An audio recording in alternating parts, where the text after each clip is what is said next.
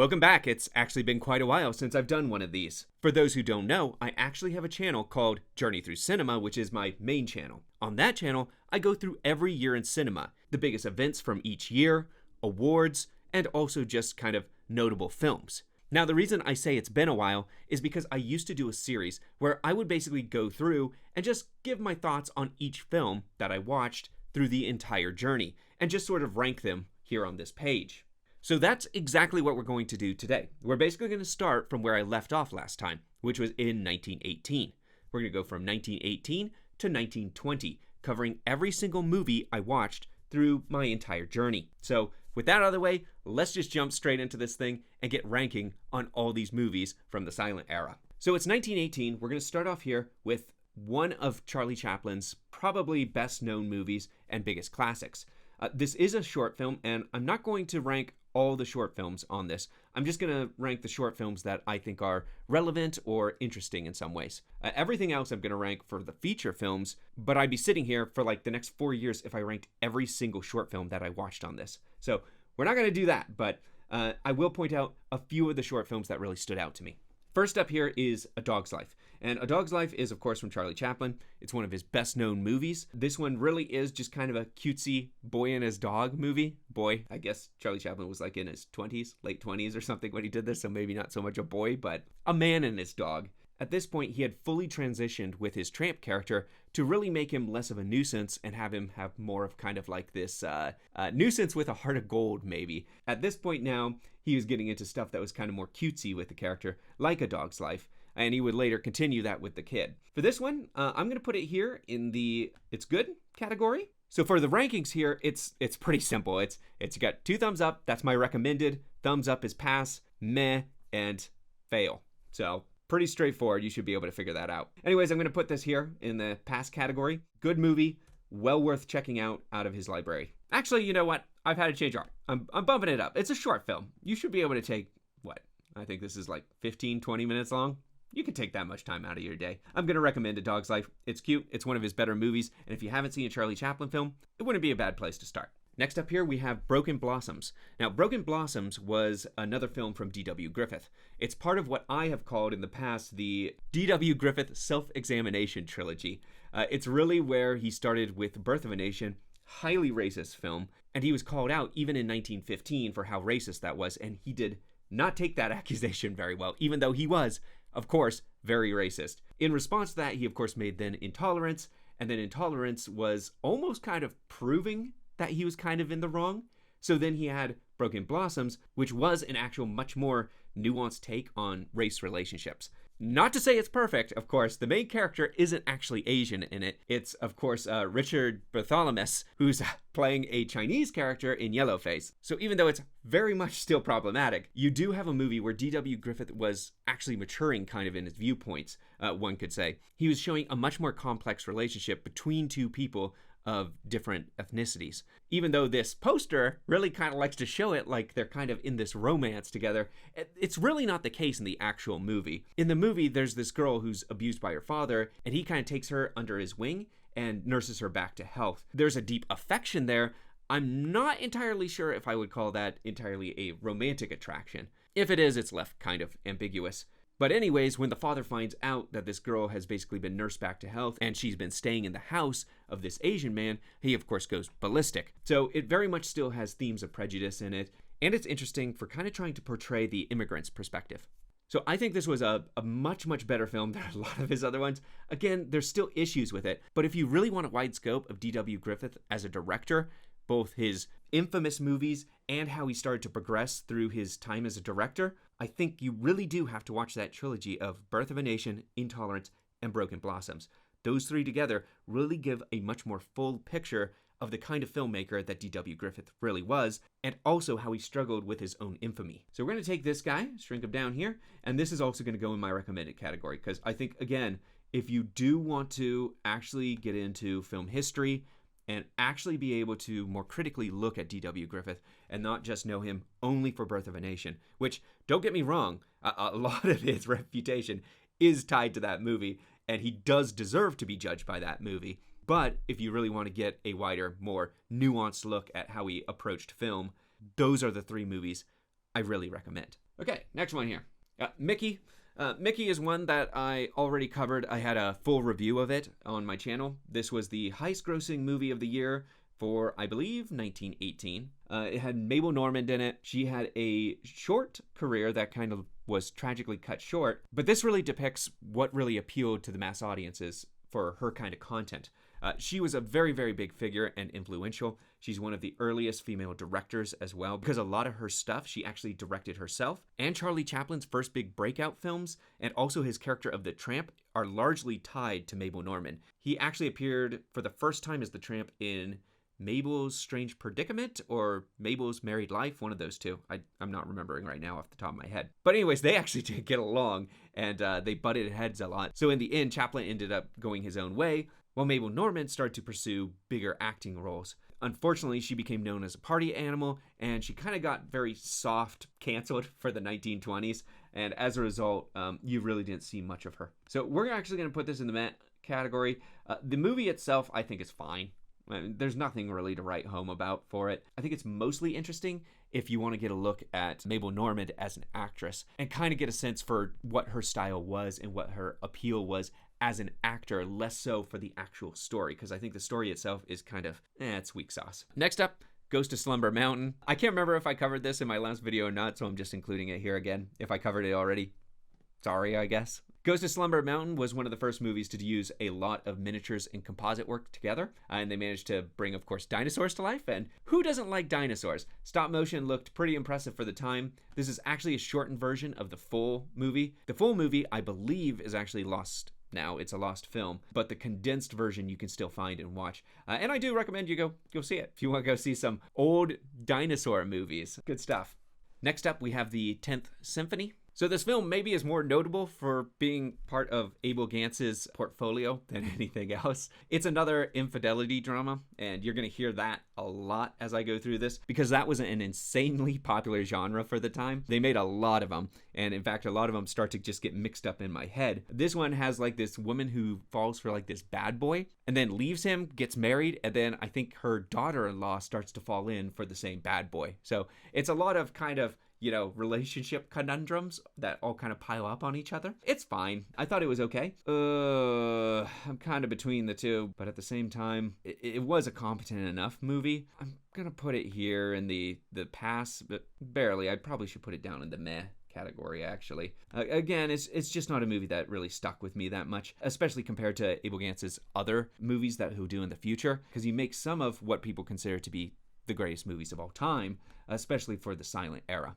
So we're going to actually sit it here in meh, because I don't think it's up to his usual standards.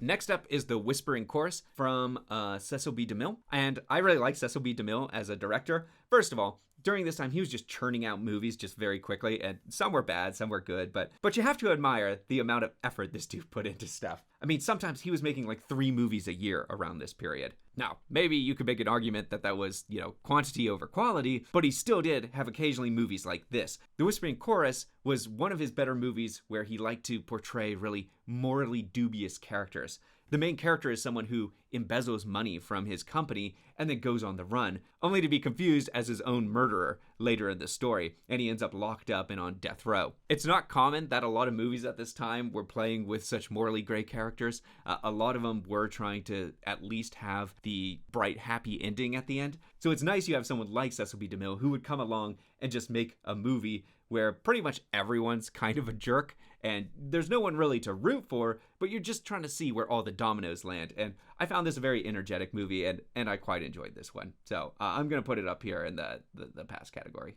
So next up, we have The Yellow Ticket. Here you'll see on the poster it says the Devil's Pawn. Lots of times when movies make the jump over here to the United States, they change the titles to some weird titles, but The Yellow Ticket was actually a film done by the UFA, which was the state-run film agency out of Germany. It would later be hijacked by basically the Nazi Party, and that's where you'll get stuff like Triumph of the Will, where they did a ton of propaganda films. As a result, they really worked hard to destroy this movie. They tried to track down every copy and basically get rid of it. Because what The Yellow Ticket is it's about a Russian Jewish girl who tries to immigrate into Germany, and she finds out that she can only get in if she gets what's called a yellow ticket, which is only given to people working in the sex industry. By day, she's trying to study to become a nurse or doctor, I think. By night, she's basically being a call girl. So not exactly a prostitute, but she's basically going to parties on the arm of other men. The actual movie itself is pretty good. So even though she's there technically legally on the yellow ticket, she's actually masquerading as someone's sister who died and pretending to be them in order to get into school. I think the film itself is important also from a film history standpoint because of what the UFA ended up turning into and how hard they worked to get rid of stuff like this. So the fact it survived is kind of a miracle in and of itself, and I think that warrants a good watch. And that actually closes out 1918 for us. So from here, we're going to now jump over into 1919. And the first one here is another short film. I watched a lot from Harold Lloyd, but this is probably one of my favorite ones from him. So this is called Ask Father. And this one is almost like a video game, almost like a side-scrolling video game. Essentially, it's a really great kind of simple concept. It's about a dude who's trying to ask the father if he can marry the daughter, but he can't get to him because he's a big rich bureaucrat who lives at the top of a building. He has to break into the office, get up the various floors, and finally make it to the office where he can ask the father, of course, if he can marry the daughter. And as he goes through it, he keeps entering different rooms, and something there happens that kicks him all the way back to the beginning, and he has to start again. So it's almost like a little time loop, sort of. He's constantly learning, trying new things, and getting past each different level in new ways. And it really is fun, and it's such a simple concept. It still works great, and it moves very quickly, and it's one of Harold Lloyd's best movies that I don't hear get mentioned almost ever. So I definitely recommend this one. Next up, we're going to go with another short film. This is Backstage. This is a film that I believe is with Buster Keaton and with Fatty Arbuckle. So at this time, they were really paired together and they worked a lot. It started out, this relationship, with Fatty Arbuckle kind of taking Buster Keaton under his wing. And he kind of played second fiddle to him for a long time before then he was bumped up to kind of co-star with him until finally, of course, Buster Keaton ended up going off doing his own thing. And he ended up becoming the much bigger star, but that may be partially due to Fatty Arbuckle having that giant controversy where people thought that he was a murderer. Yeah, that will get you blacklisted, definitely in the 1920s. So unfortunately, his career was cut short after he had multiple court cases that ended up with hung juries until finally he was acquitted in his third one, I think. So Backstage is a good look at kind of their comedy duo and how they worked. So I would recommend that for if you're looking to kind of see what the two used to do together. Okay, now we're starting to get into more infidelity dramas. This is from legendary director Erich von Stroheim. It's your boilerplate infidelity drama where basically you have a woman who's cheating on her husband, except unlike a lot of them where it tries to use the morals of the grass is always greener on the other side, this one instead has actually a very, very good third act. So it all kind of culminates with basically the husband and the dude who's cheating with his wife going up a mountain together. This was originally based on a book called The Pinnacle. So they start climbing this mountain together, and as they climb up it, they start to learn more about each other and the relationship to his wife until they reach the top, and you have to wonder what the husband's actually going to do with this information as he potentially leaves the person stranded up there to die. So the third act is actually very good in this movie, and it makes it rise above a lot of the other movies in this genre simply because of that just great third act. And because of that, I am going to put it here in the recommended. Or, not the recommended, but the pass category. Not quite recommended. Still uses a little bit too much standard issue stuff there. Okay. Daddy Long Legs. So this is another movie from Mary Pickford. Again, she was one of the three biggest stars at this time. I would probably put her at number 2, behind only Charlie Chaplin. The other one being, of course, Douglas Fairbanks. For Mary Pickford, she had 2 really stock characters she played a lot. She played the little girl, which was probably her most well-known one. Of course, today, most people remember her for playing the little girl with curls character over and over again. Even though at this point, I think she was like 27 or 28 and she was still playing this character. So at this point, my suspension of disbelief was starting to really stretch on that. But at this point too, she was starting to get into her days of also playing kind of the young heartthrob as well. So Daddy Long Legs was unique in the fact that she got to actually play both these characters. She starts out as the little girl with curls, and then she plays the young heartthrob later. So she gets to play both a child and adult. However, that being said with this one, I actually don't remember it that well. I find that actually the movies where she got to play either the heartthrob or her young character. She develops out those characters more when she has that full runtime to actually do that. And as a result, this one really does slip my memory, and I don't remember it very well at all. So as a result, I guess if you're not very memorable, you're going to go down here in the thumbs down category. So sorry, some people I know like that movie, but it didn't stick with me. Next up, we have The Deerslayer. The Deerslayer was one of the first adaptations of Last of the Mohicans.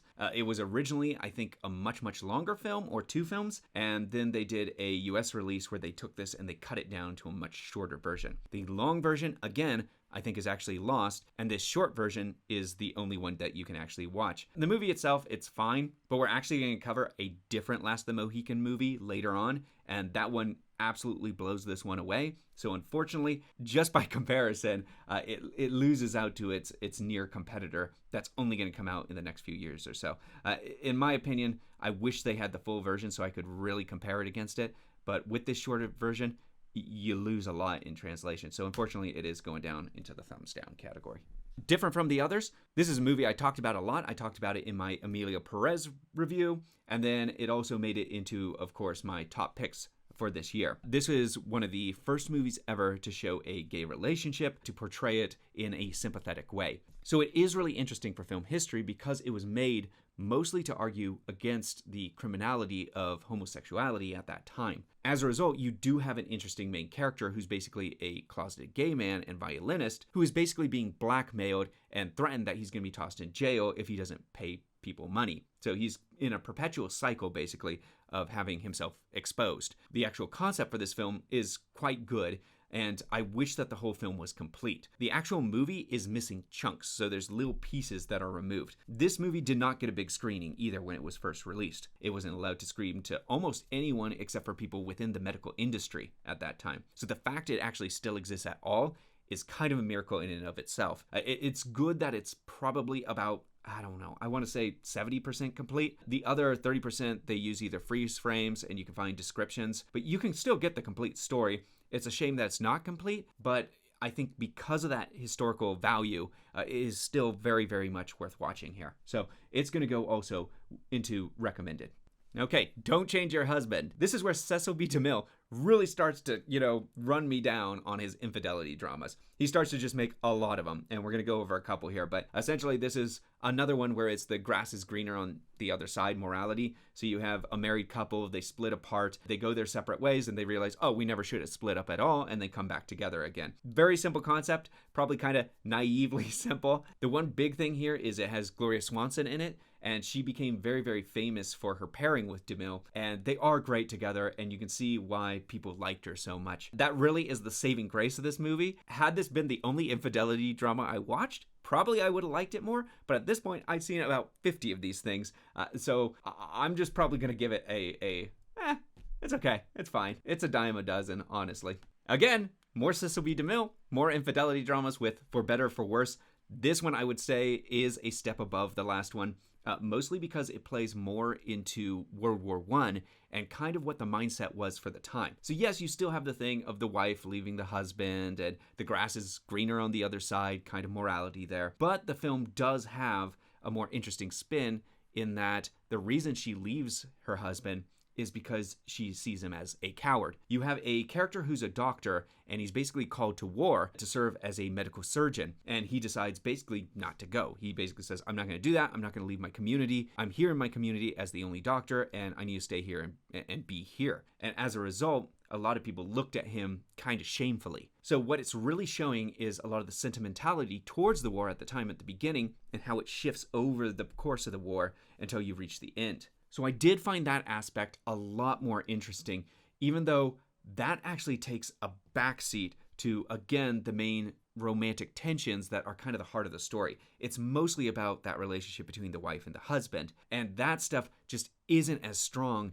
as what should have probably been pushed more to kind of the front of the movie. As a result, even though I do think this is better than Don't Change Your Husband, I think that this is, again, a great pairing of Swanson and DeMille, but I just get so worn down on this plot line that it's hard for me to recommend them unless they really, really step it up. Okay, Hawthorne of the USA. So Hawthorne of the USA, it starred Wallace Reed, and he at this time was one of the bigger actors in Hollywood, and he was really well known for doing kind of romantic films. For the most part, I honestly didn't find this movie that interesting. I thought it overused intertitles, and I really just didn't care for it that much. I think near the end you get some interesting stuff where the character has to make moral decisions and gets himself into hot water, but for the most part, it's a very dry film for me, and I just did not enjoy it at all. So I am actually going to put it down here in the no bueno category here.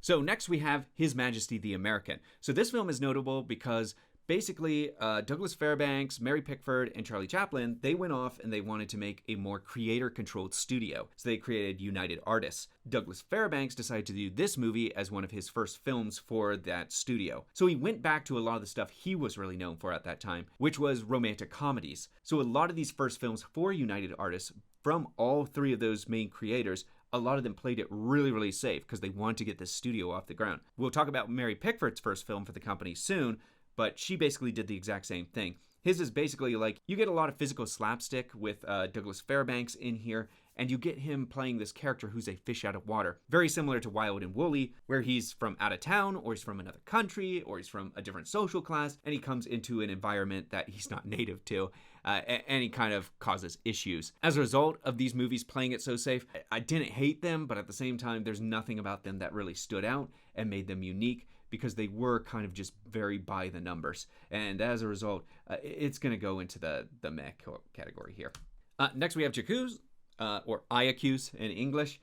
Again, this is a long movie, like 3 hours long, but it is worth it because it really is a good portrait of kind of the mental state during World War I. First of all, having people leaving home and having to go fight. And it really is rooted in these two great characters who kind of both have redeeming qualities about them, but also completely despicable qualities about them, and how they form a friendship and kind of brotherhood on the field, but how they're like deathly enemies back home. And that relationship is what really grounds the movie, even though what it's mostly famous for is that last few minutes where the dead rise out of their graves and march accusing all the people for basically either not doing enough for the war or not actually appreciating the sacrifices that were made for them. And that's a very poignant part of the film. And just that scene alone, even if you don't watch the rest of the movie, that alone makes it worth watching. And if you don't want to sit for the 3 hours, at least go find that third act, because that's a great sequence and it's worth sitting down and watching. So I am going to put this, of course, into the recommended. Next up, we have Male and Female. This is from Cecil B. DeMille. Again, like I said, he's just churning stuff out. But this is one of his best movies from this year. I would say it's the best movie from this year. I think I put it at my number one, if I remember right, for 1918. So it's based on a play called The Admirable Crichton, which Cecil B. DeMille then took and turned into a movie. And this thing is very similar to Triangle of Sadness, if you ever saw that. That was a movie from, I think, 2 years ago. Plays very much into this. Or if you've seen the recent Send Help, lots of similarities there. Essentially, you have two people of very different social class that get stranded on an island, and then their social roles get reversed. And that causes tension between them, and they have to kind of get over it. And then once they try and make their way home, you have them remembering that switch and trying to deal with getting back into kind of how life used to be. And if they can now accept their roles in how life used to be for servant and master. So it's a very interesting movie. It is funny at times. It has great effects like the sinking of the ship and stuff. So this one is, I think, one of the most entertaining movies of this year. And I would highly recommend it. And I think its commentary on social class and stuff like that for the time is an interesting little window. First of all, for how kind of society viewed it, but at the same time, kind of how Cecil B. DeMille also approached social roles and what he found personally to be acceptable, especially as he did make big changes between the play and the actual film. Next up, we have Nerves. A lot of people attribute this movie as being the real start to the German Expressionism movement. And if you haven't seen my video on it, German Expressionism is, of course, you're seeing less of a realistic depiction of events or of the environment, and you're seeing more what people are either seeing in their own head or it's an expression of their emotional state at the time. Nerves was very much looking at how Germany was reacting to their loss in World War I, and basically their anxiety or depression fallout from having lost the war. And I think it is, even though the narrative is nothing to write home about, it's an interesting enough look into kind of the mindset of the time and how that mindset potentially led up to World War II. So again, this one's hard to place because the story absolutely, it didn't grab me. It didn't interest me that much, but I do appreciate the historical context behind it, first for the movement, and then also for, of course, the history of Germany. If I was going purely by history stuff, I'd put it up here. If I was going purely by narrative and the actual story, I'd put it down here. So I'm going to put it down here because, again, I think the point of this is more how I actually like the movie, less so than its historical context, even though that does play a role in it. So it is going to go down here into my meh category. All right, sex. Just simply sex. Yes. How scandalous. Very pearl clutching back in the day. Everyone was just like, ooh, how could you name a film that? And that's mostly what it was. It was a publicity stunt, essentially, to basically get a bunch of people to go, oh, what is this? This is so scandalous. While the actual movie itself is very, very tame, all right? All of it is just basically riding that high of basically outrage. This was outrage culture for the 1919s. I mean, on the surface level, it has an interesting enough idea. It's another infidelity drama, but essentially you have a vamp character, and a vamp back then was considered basically a seductress. So basically she stole away other people's husbands and basically used them for their money. And then when she finally gets married, the other seductress who she basically trained comes for her husband, which I imagine she didn't like very much. You would think from that layout it would actually work pretty well, but it's, again, just so by the numbers. We've just seen this a million times. And despite that really provocative title, it has none of the deplorable characters that you'd find in something like a Cecil B. DeMille infidelity drama. So it really was a fairly tame movie, despite, trying to get a rise out of people. So because of that, we are going to take this guy, we're going to put him here, down here. Yeah, you don't get bonus points for just trying to piss people off. Okay, here we have Sir Arne's Treasure. This is possibly one of the most underrated movies I've watched. I really thought this was a great movie, and I saw it on almost nobody else's watch list. This one follows like a bunch of thieves who break out of prison and then go to a rich manor where they attempt to rob it. And in the process, they end up basically butchering the entire family, except for one survivor who's the daughter. Fast forward a bit and you have one of the murderers who comes back to the daughter, the survivor, and basically is trying to make amends or find redemption by taking care of her, and is slowly perhaps falling in love with her, but at the same time is secretly having killed her family. It has great set pieces. It uses the visual language really good to create conflict without a lot of inner titles. I really like that. The final scene where they're all on this frozen ship that they're trying to cut out of the ice and escape before they're all arrested. And it almost has this Shakespearean tragedy to it as well. I thought this was great, and I think more people need to know about this movie, so I am certainly going to put it into the recommended category here.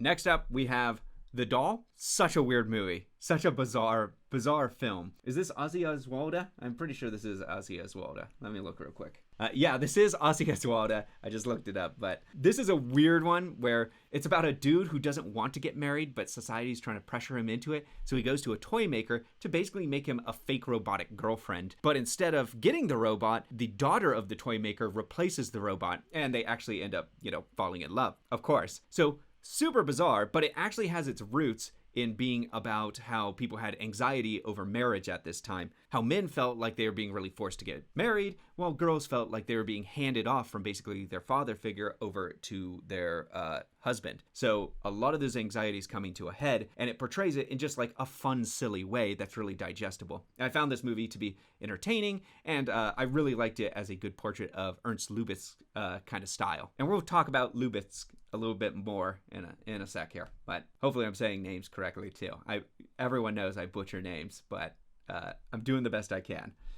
Next up, we have The Dragon Painter. This is from Sessue Hayakawa. He was known as the first Asian superstar within Hollywood. We covered him in one of Cecil B. DeMille's movies in a previous video. I dedicated one to him. But Sessue Hayakawa typically got typecasted as villains.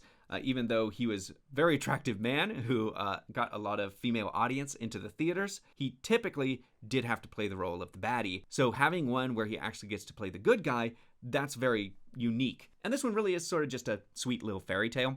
It's about an amazing painter who's looking for his muse, finds it, but as a result of finding that muse, he also loses his motivation to paint. So it's nice he gets to actually play someone from his culture and actually, not a bad person. But at the same time, this movie is not very accurate to actual Chinese culture in any way whatsoever. So it gets some points and loses some points on that. Either way, I thought this was a solid enough movie, and I probably would put it into the pass category here. Right, The Grim Game. So this is Howard Houdini. Of course, he's the famous magician escape artist. This film is mostly well known for the big plane crash in it, which was completely accidental. Essentially, they had two stunt planes. They're flying next to each other with a person dangling below it, crashed into each other, and they all went spiraling to the ground, yet everyone survived. And they caught it all on camera. So it became really famous for that sequence, even if the movie itself is just fine. That one sequence is really worth it. If you want to see that, I would seek out that plane sequence, even though there is a plot of Houdini planting evidence on someone, then being framed for murder. It's all just a setup to basically set up scenes where he gets to do either magician or escape artist tricks to get out of stuff. So if you've never seen Harry Houdini or don't know who he is, it's a good introduction to him. And again, that plane crash at the end, that is a great sequence. So probably for those things, it is worth watching. And that probably just pushes it into the pass category for me. This was actually a very successful movie at the time. It follows Mary Pickford, who I think her father dies, and then she's seeking revenge against the man who killed him. It does have the very unfortunate scene of Mary Pickford disguising herself as a member of the KKK to go lynch someone.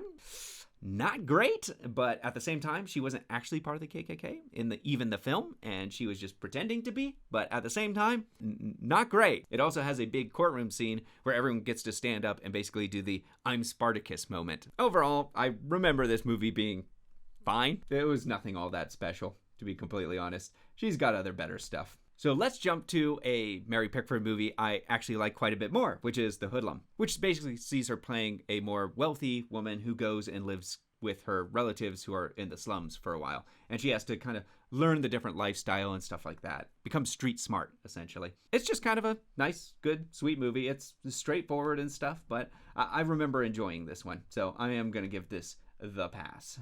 Okay, The Oyster Princess. Another just weird movie from Ernst Lubitsch, okay? Just bizarre. So this one really is showing off Ozzy Oswalda's kind of comedic style in it. And even though a lot of people used to call her the Mary Pickford of Germany, I think it would be much more accurate to call her actually closer to Charlie Chaplin, especially in this movie. Much more kind of naturalistic slapstick and stuff, which I don't think Mary Pickford was really well known for that. She was more well known for kind of being a either cute little girl or young heartthrob. But in this, Ozzy Oswalda gets to play just a wild, over-the-top character. And it's cool. This has great set design and stuff in it. It has a very almost surrealist quality. Ernst Lubitsch would become known for what was called the Lubitsch touch, which was basically just social norms skirting the edge of what was acceptable, but at the same time with kind of a hint of romanticism. If you want a good showcase of what that was, this is a pretty funny comedy that is just kind of weird, and this one actually did work pretty well. So we're gonna go ahead and give this the old pass here. And a nice stuff starting to stack up here, so I'm gonna restack these guys. Okay, Sentimental Bloke. This was a very early successful Australian film. A lot of people consider this one of the first Australian classics of cinema. For me, I really did appreciate that it's very much like a slice of life movie, and they give the characters a lot of very unique kind of vocabulary in their intertitles, which makes them really stand out and pop, even though sometimes it can make you feel a little dyslexic trying to read them. But it is actually a pretty sweet movie. I'm not huge into slice of life films though, so for me, it did kind of drag in places, felt pretty boring at times, but I can appreciate the qualities and why it became kind of solidified within Australia's cinematic landscape. But for me, it's still going to be a movie that, even though I appreciate aspects of it, it's not something that I would probably want to seek out ever again. So that's not exactly high praise, I know. Okay, The Spiders. So this is actually in two parts. So you get The Spiders Part 1 and Spiders Part 2. Both of these films are from legendary director Fritz Lang. And when it really comes down to is they are basically like action serials. They're almost like precursors to Indiana Jones. So you have an A-list director doing something that's supposed to be just kind of like swashbuckling fun. You essentially have in the first movie two treasure hunters that are racing to find a piece of treasure. And it comes with the usual stuff that they go to a location that they haven't been. They're showing off new landscape and, of course, completely misrepresenting the culture there entirely. They even do that in Indiana Jones, so it's not like we've lost that yet. But at the same time, he does have a good sense of space and style. The first film can feel a little generic, as can the second, but he does, in between the film, leave off on a great cliffhanger that really, really does work. I find probably the first movie to be considerably better than the second one, especially with that twist ending, even though I think actually his cinematography and filmmaking technique improved in that second one. I find the actual story is not as strong, and it lacks that strong hook ending that the first had. So I'm going to put actually the first Spiders movie up in the pass, and I'm actually probably going to put the second one down in the fail. So, hey, you're batting 50-50 right now, so that's not too bad. And we're going to put Spiders Part 2 down in the gutter. Win some, lose some. It's setting up how sequels are often disappointing and don't live up to the first, I guess. So we're back with D.W. Griffith again with True Heart Susie. This film really does show how great that pairing of both Lillian Gish and D.W. Griffith really was. They worked great together. They really knew how to play on each other's strengths. And it's really good here that you get to see Lillian Gish take front and center stage. This movie really does play out almost like a Giving Tree type movie. You have a young girl who decides to spend money to send her boyfriend essentially out to school so he can make a better living and support her better, except for the fact that once he leaves, he falls in love with someone else. And then as a result, it's really about Susie being patient and kind of having faith that if she does the right things, he'll come back to her. Maybe not the entirely best message, but it is more of a sweet, innocent movie, so it works within this context. And one of the best things about this movie is it was removed from a lot of the controversies of D.W. Griffith, as it was such kind of a palatable, easy, feel-good story. I am going to put this also into the pass category. All right, Victory, which is not about soccer with Michael Caine. No, this is more The Most Dangerous Game. In fact, it's very similar to The Most Dangerous Game. Essentially, you have a dude who's a peaceful man, isolated on his own island, leaves, gets himself a girlfriend just in time for a bunch of people to go, hey, we're going to come to your island and kill you all. And it really becomes him trying to survive and him moving out of his peaceful ways and becoming more brutal. It's also about the girl and if he can trust her, if she's part of the other plan, or if she's actually in love with him. All that stuff kind of comes to a head. It's utilizing The Most Dangerous Game man hunting man concept, and that has worked for a long time for a reason. We still have stuff like Hunger Games, Squid Games, all the games. As a result, this works in a very similar fashion, and it is surprising what they get away with for the violence at this time period, because you do have people just like thrown into burning pits of fire and stuff and it lit on fire. But it was an entertaining movie, and it worked for what it was trying to do, I believe. So I am going to give this also a pass. When the Clouds Roll By. This is from, of course, Douglas Fairbanks, and this is honestly, I think, one of his best movies. Again, amazingly underrated movie. This is a fantastic movie. It's by who is it? Victor Flemings, who did Gone with the Wind and would later do Wizard of Oz before he moved off it at the tail end. I would call this probably, again, his third masterpiece that everyone forgets. This is what our version of a big blockbuster comedy, like say 21 Jump Street or something, would have looked like in 1919. They dumped a ton of money into this, had tons of stunts, the whole flood sequence at the end where they have all these houses just going down a river, and then you have Douglas Fairbanks basically climbing and jumping between the different buildings and scrambling on rooftops. It's really well done. It looks great, and it's just a lot of fun. The very concept of the movie is entertaining because it's all about a dude who's into a bunch of superstitions, and it's about him overcoming those superstitions. So just a great, fun movie, so fast-paced, and really, really highlights everything about Douglas Fairbanks' comedy era before he became the king of the swashbucklers. His comedy era, why he was so talented and why people really liked him. This is definitely going into my recommended here. And for the record, all the recommended basically are going to be my top picks movies from my actual Journey Through Cinema episodes, because of course I'm not going to put them into my top picks if I'm not going to recommend them. And with that, we're now moving out of 1919 and we're going to jump into 1920. We're getting there. We're about halfway through. Like I said, it's going to be long. There's a reason why I'm going to try not to ever have it go this long again. First, so I can remember it better, and second, so I can get them done faster, because these take a while. And first off, we have Yankee Doodle in Berlin. This was from Max Sennett. He was a very, very famous producer in the early days of Hollywood. He worked a lot with other actors such as Charlie Chaplin and a bunch of other people. He was also very well known for a series called The Bathing Girls, which is basically just girls in swimsuits. Yeah, good job, Sennett. You found out about sex appeal. Anyways, he marketed this as being his biggest, most expensive movie ever made out of his studio. Why? I don't know, because it's mostly just a slapstick movie. There's not like big action sequences or anything. I don't know why it cost so much and why they felt the need to advertise that. It's all really just a comedy, and it's a pretty shallow comedy at that. It's essentially just a cross-dresser who goes in, pretends to be a woman, and infiltrates, of course, the German high command. It's pretty much one joke just done over and over and over and over again and done to death. Yeah, you can see I'm not a huge fan of it. I don't think it was exactly what the marketing cracked it up to be. So yeah, you're going down into the no bueno. Okay, now we have Anna Boleyn. This is a real person, so I'm definitely either butchering this name or something. So this is, of course, an adaptation of the story of King Henry III. Which Henry is it? There's too many. 8th. What's even close? Okay, King Henry VIII. So this is a adaptation of basically his drama with his wives. So you have the main character who becomes his sort of fascination, and he becomes enamored with her. And then his current wife dies under mysterious circumstances, so she can be leveled up to the queen, only then for him to become infatuated with someone else, and she has the exact same thing happen to her. So it's kind of it's a get what you give sort of situation a little bit. Is that what happened in real life?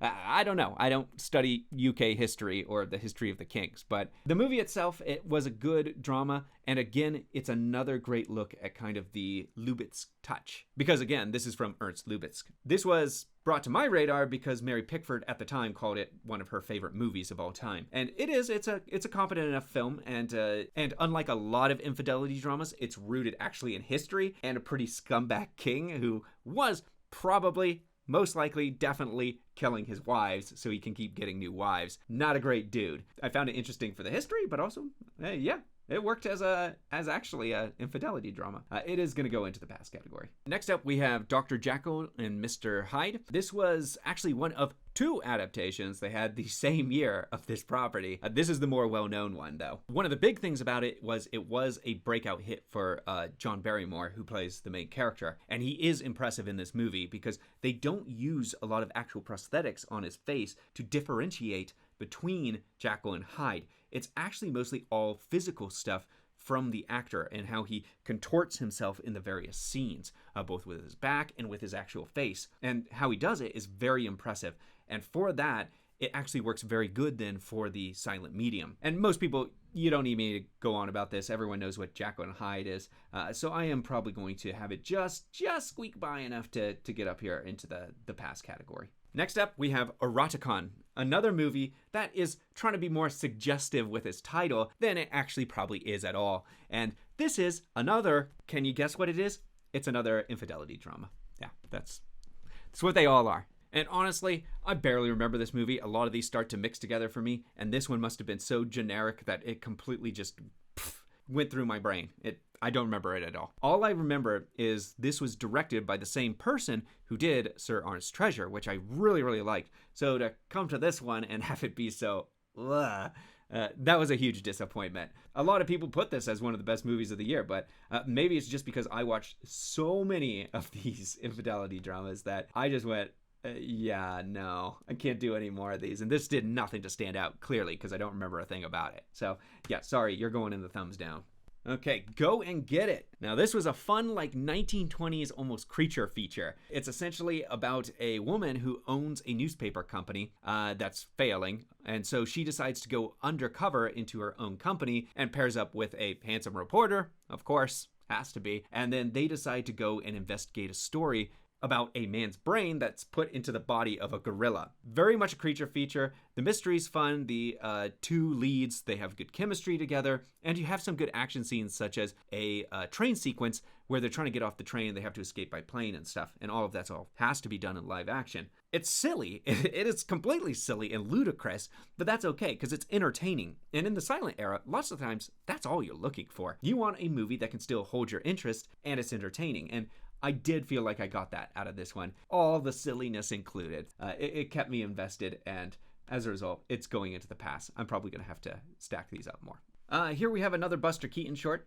Buster Keaton really got on a roll in the 1920s. That's when he really took off and kind of broke into his own. And Neighbors was another really good one. It seems simple. It's just like a guy pining after the girl next door, but it ends with a great sequence where they're like Goombas stacked up on each other and having to run from window to window to try and liberate her from her parents' house. It's super creative. It shows he has great eye for stunts and a great eye for just creating these sequences that really engage. There's a reason why Bugs Bunny is very much like almost a Buster Keaton-esque character. It's because it started with him, and just his spontaneity in his scenes and his energy, it really comes off, and he almost feels like an animated character. Great movie, and it's short. I recommend it. It's 20 minutes out of your time. So...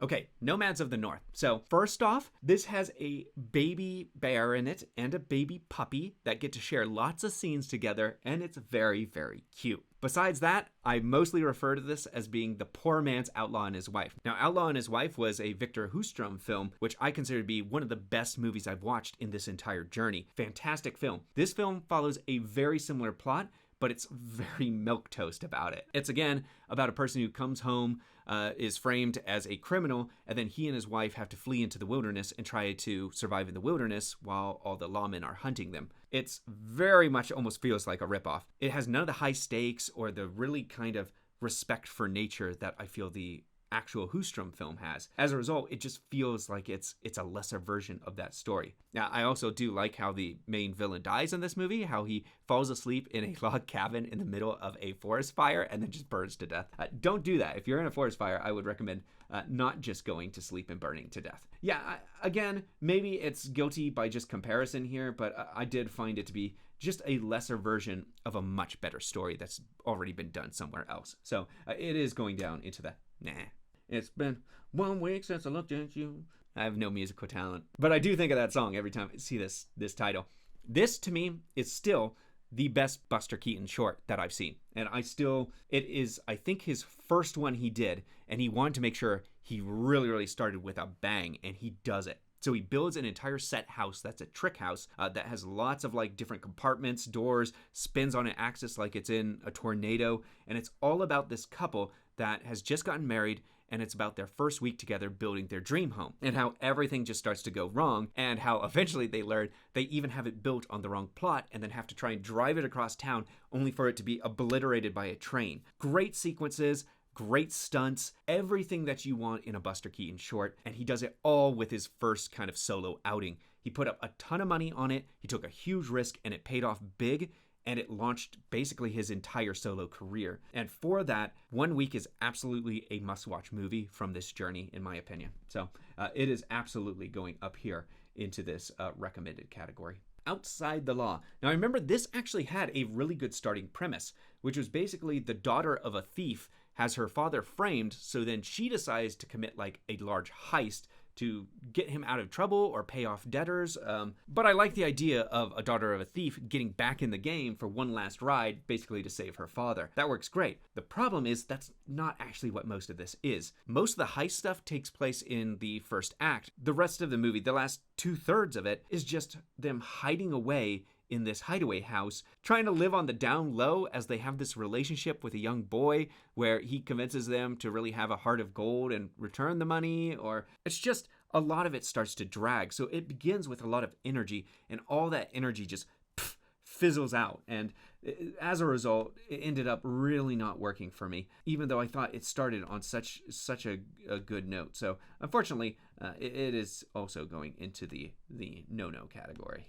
Okay, next we have Pollyanna. Now this was Mary Pickford's first big contribution to United Artists. And just like I said about Douglas Fairbanks' movie, she also was playing it insanely safe. She goes back to her little girl with curls character, and the whole movie is really just a rich wild girl who gets sent to live with her relatives to learn how to live properly. It's so played out. A lot of people have this on their list as one of the best movies from Mary Pickford that really shows off her little girl character really well, and I would say that is not actually accurate at all. There's many movies she did before this as that character where she actually shows off that character better. Also, she was younger back then, so she could play that character better. And by the time we get to Pollyanna, it seems like that entire storyline's just played out, and I'm not the only one who thinks so. Mary Pickford also thought so. It's reported she really hated the script for this movie because it felt so, like, overdone. And I would completely agree with her. And I would say that this movie has a lot of disadvantages. Oh, and this was the movie too, where she was paired for just some reason with an actual little kid as her co-star.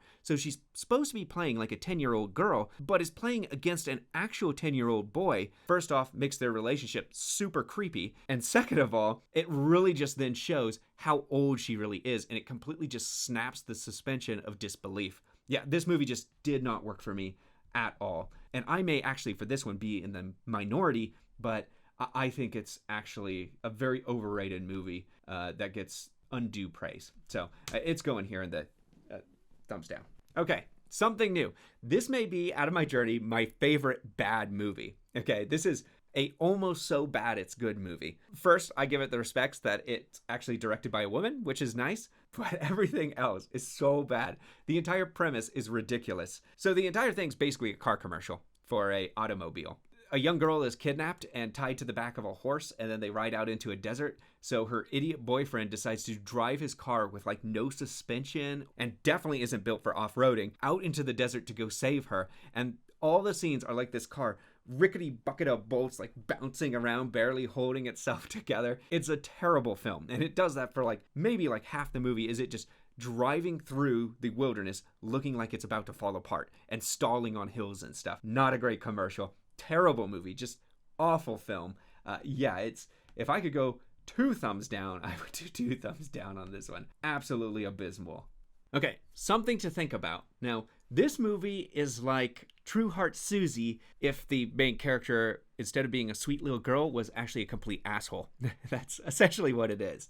The big difference here is that instead of it being the woman giving the money and the man kind of running off with it, instead it's the man giving the money to a woman, and then she basically then runs off with it and can't decide between her 2 suitors. And this is Gloria Swanson, and in this one, her character is kind of more despicable, and you don't like her as much because she's basically so flighty. Despite this dude paying for her education, she just kind of vanishes into the wind with it and goes marry someone else. And she doesn't actually ever learn any lessons from that, and she ends up only going back out of a complete cop-out only because the other person died. So it's not a great movie. It's really taking a lot of the ideas of True Heart Susie, but it completely fails to understand what made those work. And I didn't like any of the characters, and I did not like the movie. So, this is going over here. Okay, Summarum. This is a movie where it's about a sheik and everyone won't stop sleeping with his harem. Maybe they should stop doing that, and then maybe he wouldn't have to keep executing them. That would be a quick solution, but they can't do that. This movie, it's following a dancer that's in this traveling troupe, and she gets wrapped up in the royal affairs where she's essentially recruited to be part of the sheik's harem. But she ends up falling in love with his son, and then, of course, there's this humpback clown who's also trying to get with her. So this movie is very, very horny. So, especially for the time period, for 1920. It's basically a bunch of people lusting after each other and a bunch of conundrums that appear from that. Now, I won't say that that isn't entertaining, because all these people trying to backstab each other and sleep around with each other. It is entertaining to watch them all kind of mess with each other. So it's a wild concept, but I feel it actually did work, and I feel I was entertained by it. So I am going to give it the pass.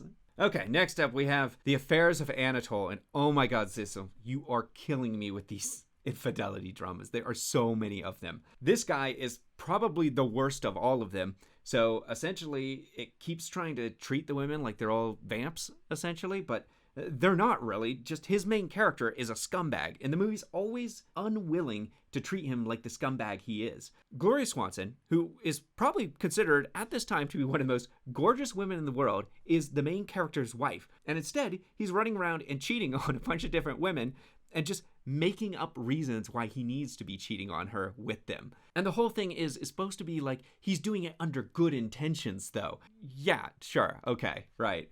Again, he's a scumbag, and the movie refuses to just treat it as such. It's a pretty distasteful movie in general, and that's why it's going down into the negatives here. Okay, so next we have Olive Thomas's The Flapper, and Olive Thomas was another actress who, unfortunately, her life was cut pretty short, so she didn't have a lot of movies. This is another great kind of encapsulation of her work, if you're looking for something like that. The movie itself is based on the idea of the Flappers, which was a social movement for younger women who started to wear their hair up, started to listen to jazz, devil jazz.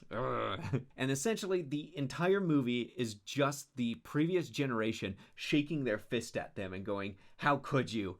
You don't know how good you have it, and you're ruining everything." And that's basically what the entire movie is. Occasionally picks up steam when it gets into a slight heist subplot and stuff, but that comes way too late, and it's too little too late. The actual movie, to me, it's fine. It's better as kind of almost this monument to Olive Thomas than the story is actually very interesting. So it's going to go down into the it's fine category here. Next up, we have The Golem. This is probably one of the most well-known movies in the German Expressionism movement. It's probably only second to, of course, Cabinet of Dr. Caligari. But this movie I really, really liked. I liked the mysticism behind it. I liked how it was rooted in the religious roots of the Jewish community and folklore. I thought it had great imagery, especially with the summoning of the demon. It really was a just spectacular sequence. I really liked how it was a parable. Everything about this movie really worked for me. And there's a reason why it's one of the few silent movies you can get on Blu-ray. So, it has that going for it. I highly recommend it, and it is very, very much worth watching.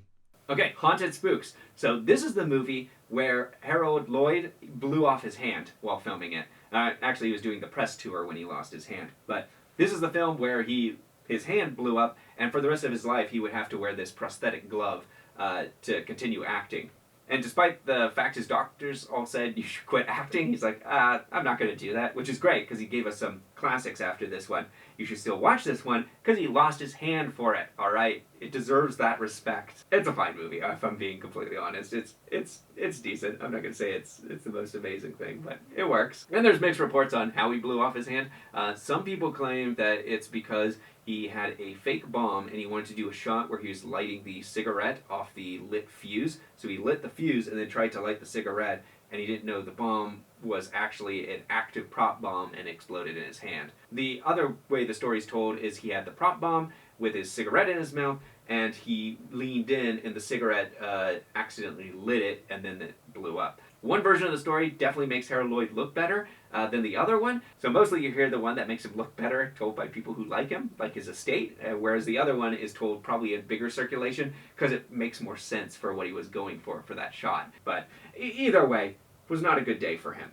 Okay, Last of the Mohicans. This is the other adaptation that I was telling you guys about. This one I felt was much better done, and I felt they did a very successful job of bringing this story to the screen with their limits of not having any dialogue. They don't overdo the intertitles. They manage to really, really just embrace kind of the nature aspect of it, and the entire end sequence of the woman on the cliffside who's fighting off someone who's kind of approaching her near the cliff. That is an amazing sequence with great tension to it. I felt this was a very competent adaptation that made the most of what they could do with that source material, given they couldn't use any dialogue, and they managed to do it successfully, in my opinion. So I am going to give this a pass as well. Okay, this is the Monastery of Sandomir, I think is how you pronounce it, but this is another film from Victor Oostrom, and as I said, I'm a big fan of Victor Oostrom's work. I really like the kind of stuff he was doing. I don't think this is as strong as The Outlaw and His Wife or The Phantom Carriage, which The Phantom Carriage is probably his biggest movie. This one is still a good one, as it's basically uses a narrative framing device of people coming to this monastery where there's this old kind of priest there, and he gets to tell his story of what happened. And once you get to the story, it does become another infidelity drama, don't get me wrong. You basically have a rich bureaucrat who lives the perfect life with his beautiful wife and child, but that perfect life is destroyed when he learns his wife has been cheating on him with her own cousin. And as a result, his own daughter isn't even his. And it all culminates in this scene where he kind of finally breaks down, and he even tells his wife that if she really loves him, she should kill her daughter his own daughter, who just a few days ago he was passionately like in love with, like loved his daughter. But it does have some great dramatic moments in it. It has a great framing device. It has great cinematography in it. It unfortunately just doesn't quite reach the standards of his other stuff, but it still is a good movie, and I would still recommend watching it.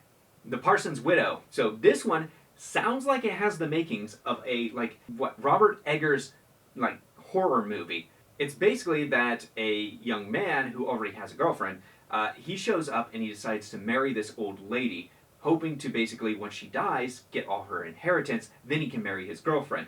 Unfortunately, after he marries her, he realizes that she's actually a witch who will possibly survive for hundreds of more years. So it's actually an interesting setup. The issue is it's not actually a horror movie, it's a comedy. And the comedy isn't actually that well done. And once you get past the actual pretty good setup, it kind of peters out and it doesn't have enough momentum to really sustain itself. So unfortunately, this one is going to get it's okay. So here we have The Penalty, and I've already talked about this movie a lot, so I'm not going to spend a lot of time. Basically, Lon Chaney's in it, and it was not really his breakout role. That one was lost. That's called The Miracle Man. This one, however, really shows off his talents as he plays one of the best villains of the silent era. This character named Blizzard, who is this guy who has basically lost his legs due to botched medical procedure when he was a child, and now he's looking to get revenge on the person who did it to him. Mostly by playing the role of a model of the devil for the daughter of the doctor who crippled him. It actually all does work, though. He's fantastic in the role. His facial features, the way he walks around in metal buckets with his knees in them for like an entire film. Yeah, that's commitment, all right? And for that commitment, you know he's going to get recommended.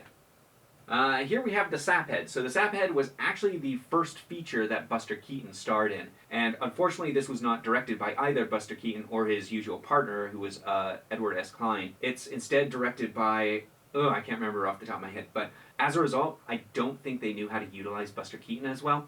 Pretty mellow performance for 90% of the film, until you get to the very, very end where there's this stock exchange sequence where you have Buster Keaton using his usual athleticism to like hop over people's head and jump on their shoulders and catapult himself around the room. But that part's great. The rest of the film feels very, very dry compared to the other films he'll do in the future, his shorts and his other features. It just doesn't live up to kind of what we expect from an actual Buster Keaton comedy. Lots of times different is good, but in this case, different is quite bland, I would say. So, unfortunately, Sapheads is going down here in the thumbed down. It wasn't terrible. Again, it has a good third act. I'm going to cut it some slack. I'm going to give it a next up, we have Way Down East. Again, I spent a lot of time on this. This was the highest grossing movie of the year, so I have an entire video on it, if you want to go check that out. This is, I think, my favorite D.W. Griffith film.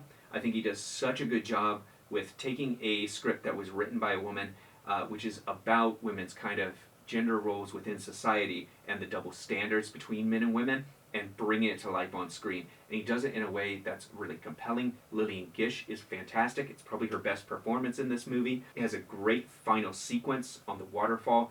Amazing. And just her journey from just being kind of this innocent person with Cinderella tale versions of romance to being kind of a fully formed woman able to make her own choices. She has a super satisfying character arc. If you really want to watch one movie from D.W. Griffith to kind of get you out of that rut that is Birth of a Nation, this would probably be the one to do it. I think it really, really does showcase his true talents as a filmmaker and why, even though he was so infamous, he was called the father of cinema, and how much his own talents contributed to the art form.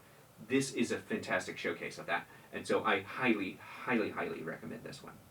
Next up, we have Why Change Your Wife? No, you're not having deja vu. The first one was Don't Change Your Wife. The second is Why Change Your Wife? Again, Cecil B. DeMille is killing me. When he breaks out of the infidelity dramas, I'm just like so relieved at this point. This one is basically the same movie, exact same movie as Don't Change Your Wife. He basically made the same movie again and just released it under a different name. Once again, grass is greener on the other side. If someone leaves their spouse or leaves their partnership, they learn it's not as good with somebody else, and then they come back again. Yeah, it's a waste of time. You can see either this or Don't Change Your Husband, but there's no reason to see both. They're the same movie. Get a new plot line, Cecil. Don't worry, he will. And that brings us to the final film that we're going to cover today, which is Within Our Gates, which is from Oscar Micheaux. Oscar Micheaux is often known as the first black filmmaker. He was definitely the first prolific film producer for the African American communities. But because a lot of his films just weren't preserved, we lost tons of his early movies, which makes Within Our Gates his first full feature film that has survived. Although this isn't a narrative powerhouse, I would say, this is a very, very good look at kind of the types of movies he did.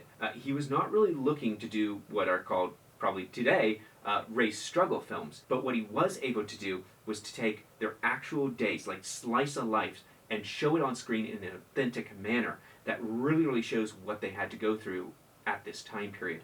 The struggles they did have to go through for getting funding for their schools, for prejudices, all that stuff. It takes place, but it's there in the background for another story that's on top of it. And it's because that was just part of their daily life, the daily hurdles they had to get over. And to see it portrayed in that format feels extremely authentic. That really is what makes it worth seeing, I believe.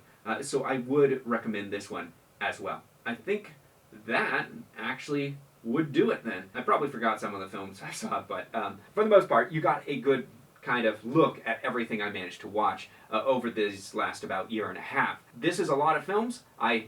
I hope you enjoyed some of this, this rambling and ranking. Hope you learned a little bit too, but this was fun to do, and I am going to try and do more of these more regularly.